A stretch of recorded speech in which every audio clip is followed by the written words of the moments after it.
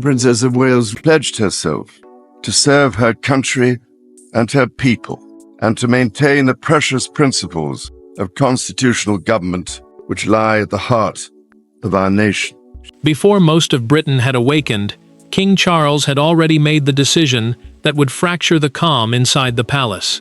At dawn, with only a handful of senior aides present, he signed an emergency royal order transferring Queen Camilla's operational powers, ceremonial authority, and household influence directly to Catherine.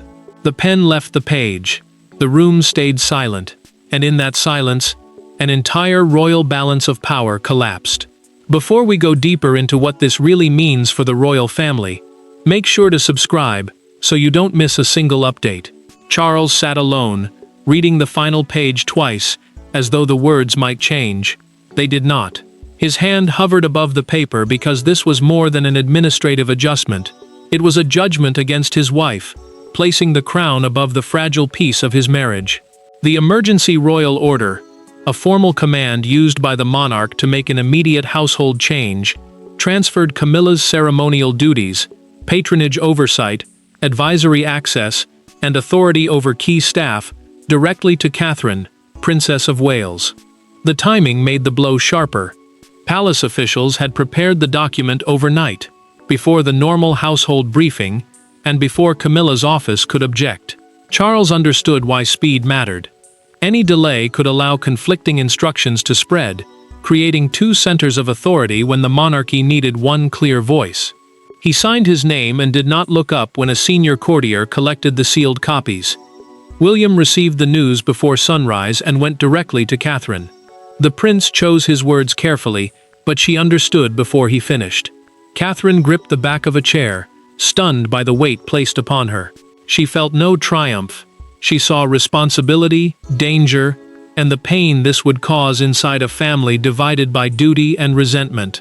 William moved closer, reminding her that Charles had made the choice, yet the future queen feared she would be blamed for accepting it. The harshest clause remained buried inside the order. Camilla could no longer issue instructions in the king's name unless Charles personally approved them in writing. The restriction cut into the influence she had built around his reign. Before dawn, the courtier carried 3 sealed envelopes to separate royal offices. When Camilla's private secretary opened his copy, his face changed at the first line. Camilla awoke to cancelled briefings and unanswered calls. She needed no explanation. The queen consort understood that the order had become reality before she could fully defend herself. But the order could not be understood through signatures and sealed envelopes alone, because behind it stood 4 people whose loyalties, marriages, and private wounds had finally collided. The emergency order placed Catherine at the center of royal power, but it also trapped her inside a conflict she had never publicly invited. Charles was protecting the future as he understood it. William was protecting his wife. Camilla believed she was defending the position she had spent decades earning. And Catherine, standing between duty and humiliation, knew that accepting the authority could permanently alter every relationship inside the family. Charles understood that his reign could not survive divided loyalty at the heart of the palace. Stability mattered because every private disagreement risked becoming a public weakness, and every uncertain command could damage the authority he had inherited. The monarchy depended upon one clear center of control. Yet by choosing that control, the king had placed his marriage under a pressure it might never fully escape.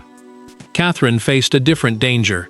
The Princess of Wales, the title held by the wife of the heir to the throne, represented discipline, continuity, and the monarchy's next chapter. But the transferred powers made her vulnerable. Critics could now accuse her of replacing Camilla before Charles's reign had ended, even though she had neither requested the order nor celebrated its arrival. The future queen had gained authority, but the gain felt more like a burden than a victory. William closed the sitting room door before speaking. He admitted that he had known discussions were taking place, but Charles had never told him the order would be signed that morning. The prince's surprise was real, yet his first instinct remained protection. He told Catherine she possessed the strength to carry the responsibility. She looked at him and quietly answered that strength did not make the situation painless. William reached for her hand, knowing she was already being forced to choose between duty and family peace. Camilla sat motionless at the breakfast table as she read the transfer clause again.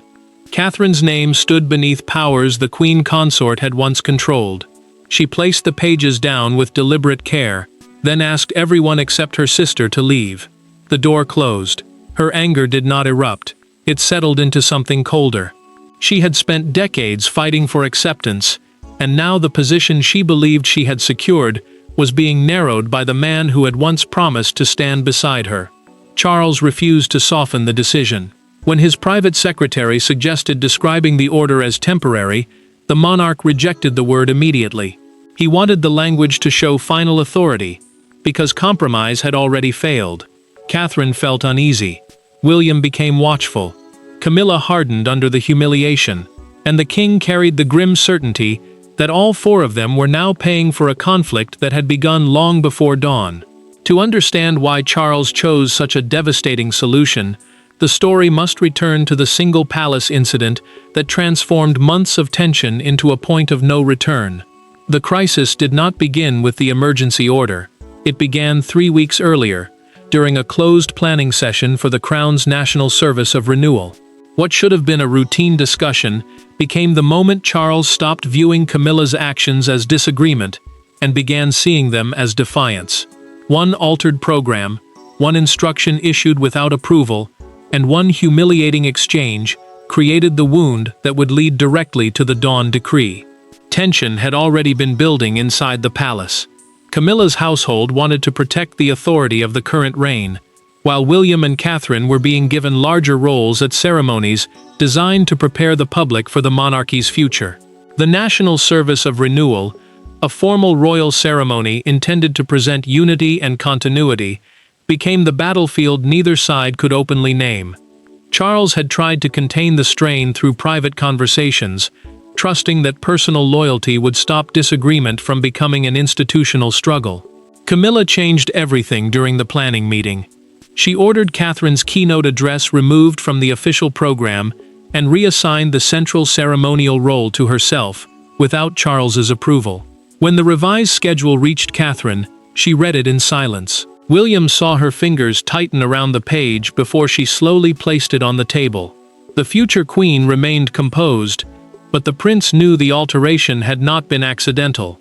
Camilla defended the decision without hesitation. She told Catherine that the future must wait for the future, and that the present reign could not be overshadowed before its time. The queen consort believed she was protecting her place, yet the words landed as a public warning inside a private room. William looked toward his wife, then back at Camilla, fighting the urge to answer before the situation grew worse. Charles entered before anyone could soften what had happened. He studied the revised program and asked who had authorized the change. Camilla replied that she had acted to protect the dignity of his reign. The king's expression hardened. He told her she had issued an instruction in his name without his permission. The room went silent, and Catherine understood that the conflict had crossed a line far deeper than ceremony. Charles learned the full extent of it later that evening, through a documented account prepared by his private office. Camilla's staff had also instructed royal patronages, meaning charities officially supported by members of the family, to seek her approval before coordinating with Catherine. That was no longer a dispute over one speech. It was evidence of a separate chain of command growing inside the palace. The king did not confront his wife in front of others. Instead, he ordered a confidential review of every directive issued by her office. That investigation produced a file neither marriage nor monarchy could ignore. When that file reached Charles, patience ended, and the private disagreement moved toward the confrontation both he and Camilla had spent weeks avoiding. There were no aides in the room when Charles confronted Camilla. No courtiers to soften the language, no official minutes to hide behind. He placed the review file between them and asked one question: why had she repeatedly issued commands in his name? Camilla did not retreat. She moved the file aside, looked directly at her husband, and told him she had acted because Catherine's rise was making the present queen invisible. Charles had summoned her after reading evidence that her office had redirected invitations, altered ceremonial roles, and delayed approvals linked to Catherine. The private morning room, a small palace space used for personal meetings away from formal business, offered one last chance to stop the crisis before it became official. The king wanted an explanation he could believe. He still hoped marriage might succeed where warnings had failed. Camilla refused to soften her answer. She accused Charles of allowing William and Catherine to act as though the succession had already taken place. Her voice trembled, but she did not apologize. The Queen Consort said every new assignment given to the Waleses pushed her further toward the edge of the reign she had spent years helping him build. She was not fighting one speech or one ceremony. She was fighting the fear of becoming irrelevant while still standing beside the monarch. Charles removed his glasses and placed them beside the file.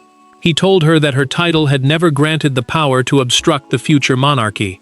The king admitted that her actions had forced him to question whether affection had blinded his judgment. Camilla stared at him, wounded by the words, then revealed through a recorded private conversation that several courtiers shared her concerns. They believed Catherine was gaining influence too quickly, and that William was already shaping the palace around his future reign. The revelation struck harder than anger. Charles understood that the conflict had spread beyond one office and into the household itself. What had begun as Camilla's fear was becoming a quiet faction, and factions could turn private resentment into institutional weakness. The monarch warned that no courtier had the right to build a rival chain of loyalty around his wife. Camilla pushed back with one final demand. Either Charles publicly confirmed her authority, or she would no longer quietly accept Catherine's expanding role. The king refused. He would not place the crown beneath an ultimatum, not even from the woman he loved. Camilla rose, moved toward the door, and waited for him to call her back. Charles remained silent. The door closed. Moments later, he summoned his secretary and ordered an emergency transfer mechanism prepared before morning. Yet Charles's signature alone could not make the transfer succeed. Behind the decree stood a carefully constructed alliance, determined to prevent Camilla from reversing it. The order appeared sudden, but its execution was anything but improvised. Charles controlled the crown, William controlled the future, and a small circle of trusted officials controlled the machinery that turned royal intention into reality. At the center stood Catherine, reluctant to appear triumphant, yet unwilling to refuse a duty placed directly before her. Power had changed hands, but everyone involved understood that one careless move could make the transfer look like a family coup. Charles possessed the authority to reorganize his own royal household, meaning the staff, duties, and internal offices that support the monarch and senior members of the family. That power allowed the king to reassign ceremonial oversight, patronage coordination, briefing access, and internal responsibilities without waiting for public approval. Yet legal control was only the beginning. The transfer would fail unless Catherine received the people and protection needed to carry it out. William understood that burden immediately. The prince could not sign the decree, but he could shield his wife from appearing ambitious. He quietly reviewed staffing arrangements, removed unnecessary public announcements, and warned advisors against using language that suggested victory. Catherine needed authority without spectacle, because any sign of celebration would deepen Camilla's humiliation and turn a royal adjustment into a family war. Catherine met Charles privately after reading the full order. She told him she would serve the crown, but she would not accept the powers if their purpose was to punish Camilla in public. The future queen spoke calmly, though the weight of the moment showed in every pause. She understood that duty sometimes demanded sacrifice, but she refused to let that sacrifice become cruelty. Charles looked exhausted rather than victorious. The king told her the transfer was not revenge. It was a barrier between personal resentment and the future stability of the monarchy. He admitted that Camilla's actions had created two competing lines of influence, and divided command could not be allowed to survive. Anne had already reached the same conclusion. The Princess Royal, the title traditionally held by the monarch's senior daughter, quietly reviewed the operational plan and insisted that Catherine's authority begin immediately. She warned Charles that delay would invite resistance and give uncertain courtiers time to choose sides. Anne's warning became real when a second sealed instruction placed Camilla's former briefing team under Catherine's supervision. One senior official hesitated before accepting the document. The princess looked directly at him and asked whether his loyalty belonged to one individual or to the sovereign's signed command. He lowered his eyes and accepted the order. The machinery moved with ruthless speed. William protected Catherine, Anne enforced the chain of command, and Charles refused to weaken the decision. But beyond those sealed rooms, Camilla was beginning to discover exactly what had disappeared from her reach. By midday, the order was no longer a secret document in Charles's study.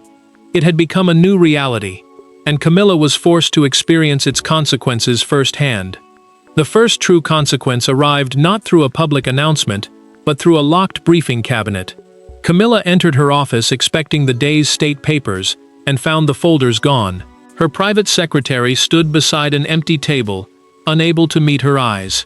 Catherine's staff had received the documents before breakfast.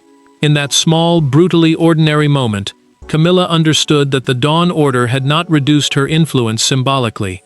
It had removed it completely. Camilla asked where the folders had been taken.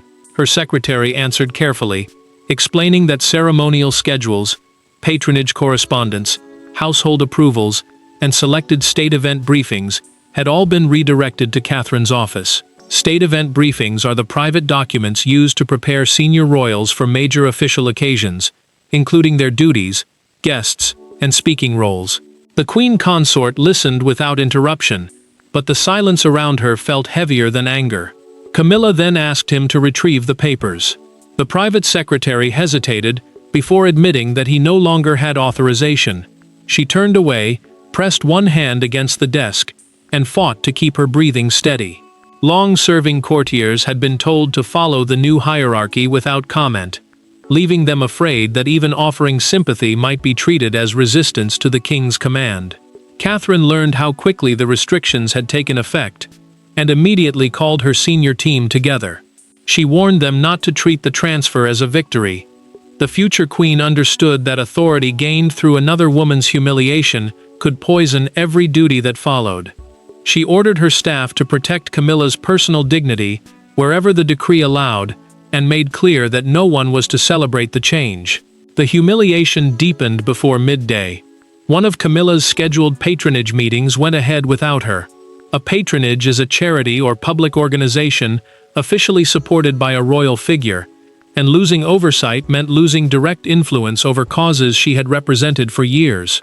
The chair reserved for the Queen was removed moments before the guests entered, while Catherine joined by secure call and calmly assumed responsibility for the discussion. Camilla responded not with fury, but with a handwritten note to Charles. She asked for a private reconsideration and reminded him that the order had stripped away duties tied to years of service. The king read every line, folded the page once, and placed it inside the same review file that had triggered the crisis. He did not alter a single clause. Camilla felt humiliation beginning to harden into acceptance. Catherine, however, refused to let silence become the final word. She chose to approach the Queen alone, without staff, advisors, or William beside her. The institution had spoken with cold precision, yet the turning point would come through something no decree could command.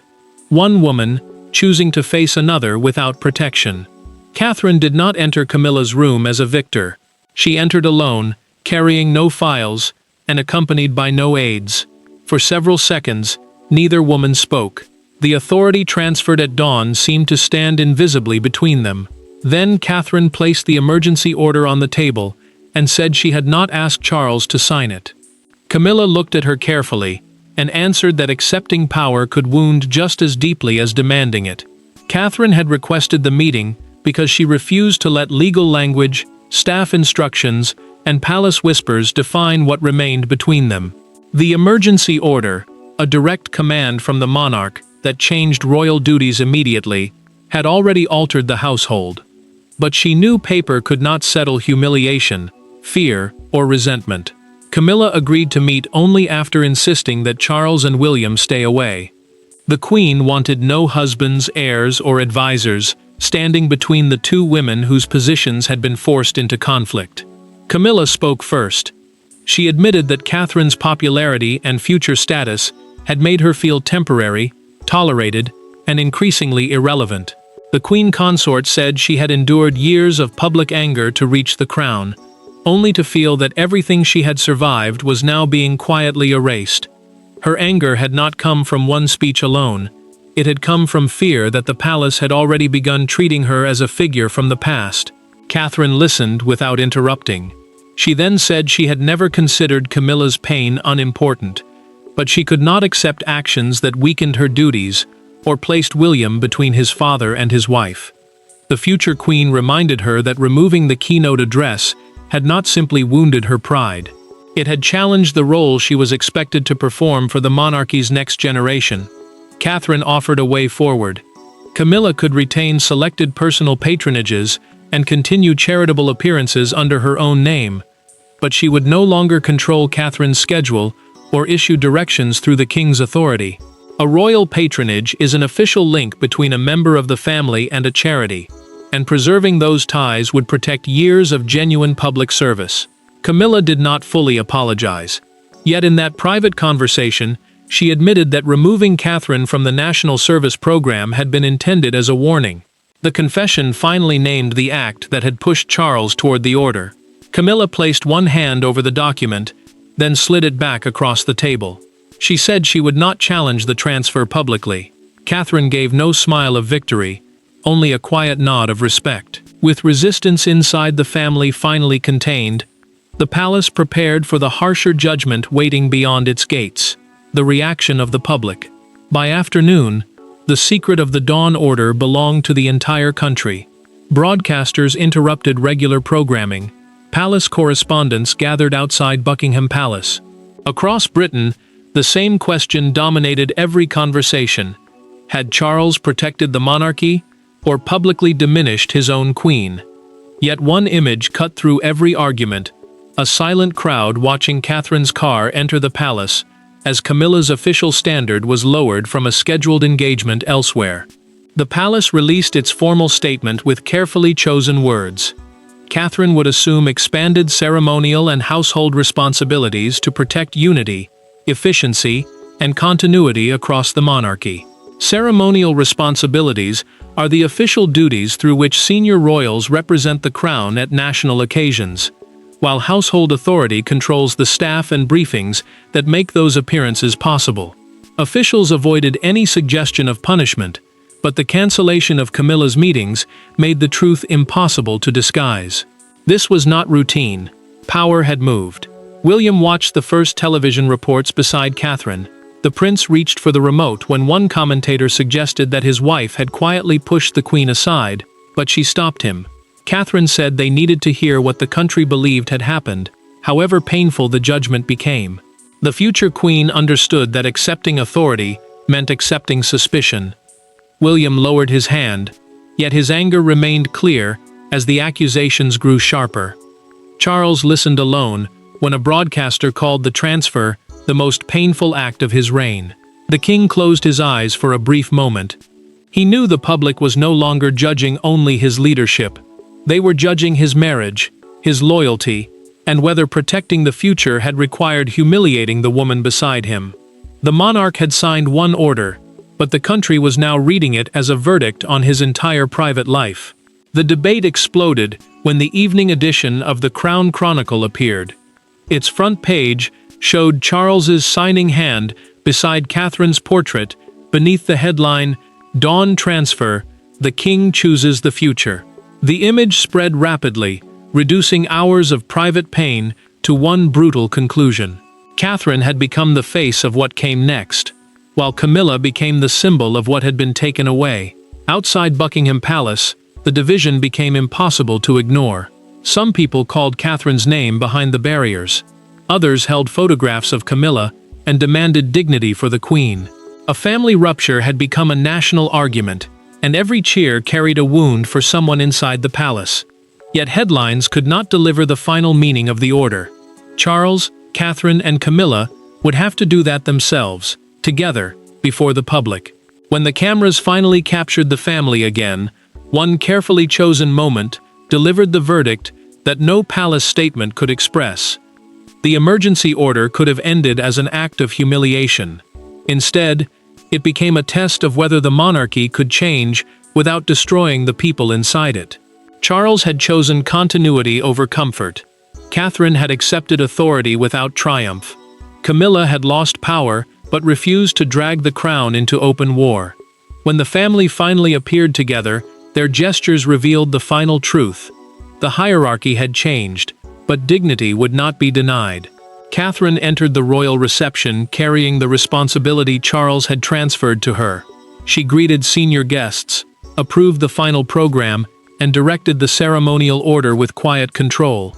A royal reception is an official gathering where members of the family represent the crown before diplomats, charities, and national figures.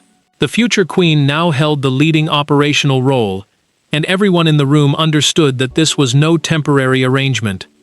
Camilla attended without the authority she once possessed. The queen consort no longer controlled the briefings, seating, or ceremonial schedule, but the palace confirmed that she would continue selected charitable work under her own name. She had lost command, not identity. That distinction mattered because the order had redrawn her position without demanding her disappearance. Charles met her privately before they entered.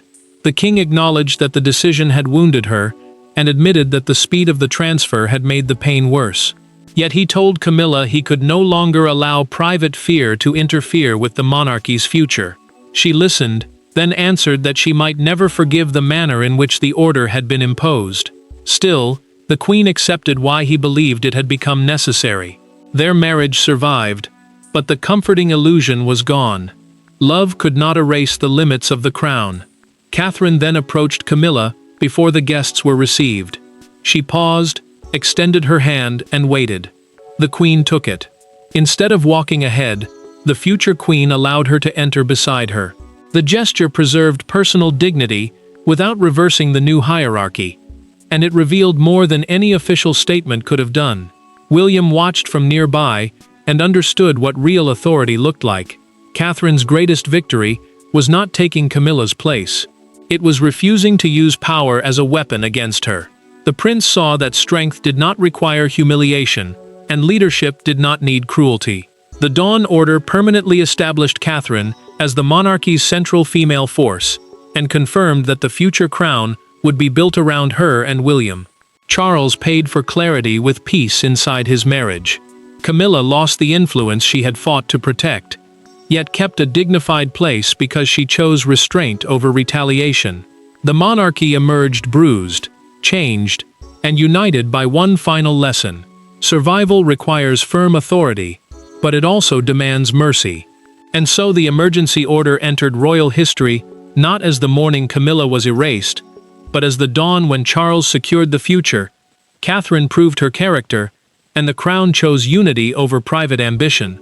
Thanks for watching. Please don't forget to like and subscribe, and we will see you in next one.